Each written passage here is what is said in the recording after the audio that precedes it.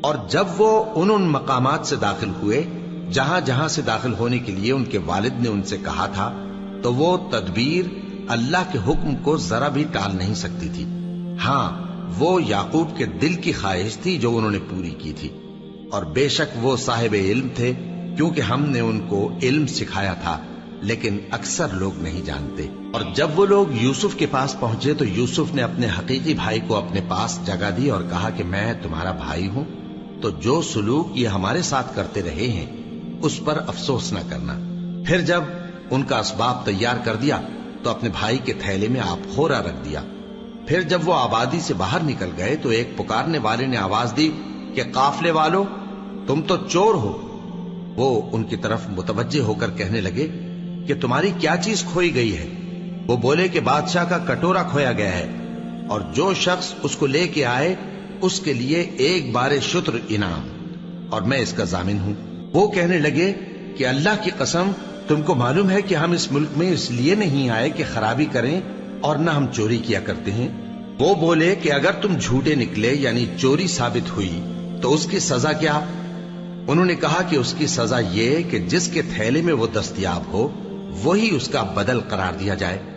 ہم ظالموں کو یہی سزا دیا کرتے ہیں۔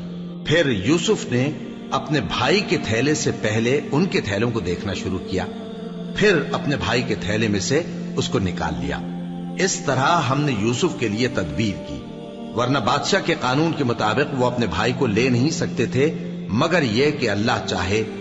ہم جس کے چاہتے ہیں درجے بلند کرتے ہیں، اور ہر علم والے سے بڑھ کر ایک بڑا علم والا ہے۔ برادران یوسف نے کہا کہ اگر اس نے چوری کی ہو تو کچھ عجب نہیں کہ اس کے ایک بھائی نے بھی پہلے چوری کی تھی، مگر یوسف نے اس بات کو اپنے دل میں مخفی رکھا اور ان پر ظاہر نہ ہونے دیا، یعنی زیر لب کہا کہ تم بڑے برے ہو، اور جو تم بیان کرتے ہو اللہ اسے خوب جانتا ہے۔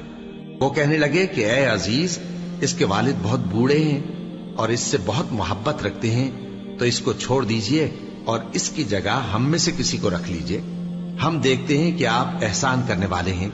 یوسف نے کہا کہ اللہ پناہ میں رکھے کہ جس شخص کے پاس ہم نے اپنی چیز پائی ہے اس کے سوا کسی اور کو پکڑ لیں، ایسا کریں تو ہم بڑے بے انصاف ہیں۔ آخر جب وہ اس سے نا امید ہو گئے تو الگ ہو کر صلاح کرنے لگے۔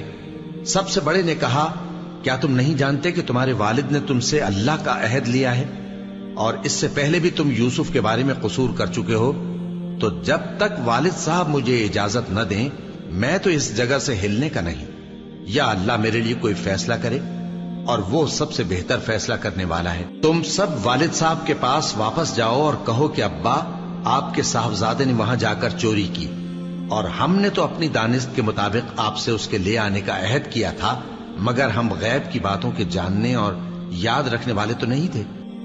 اللہ اکبر، اللہ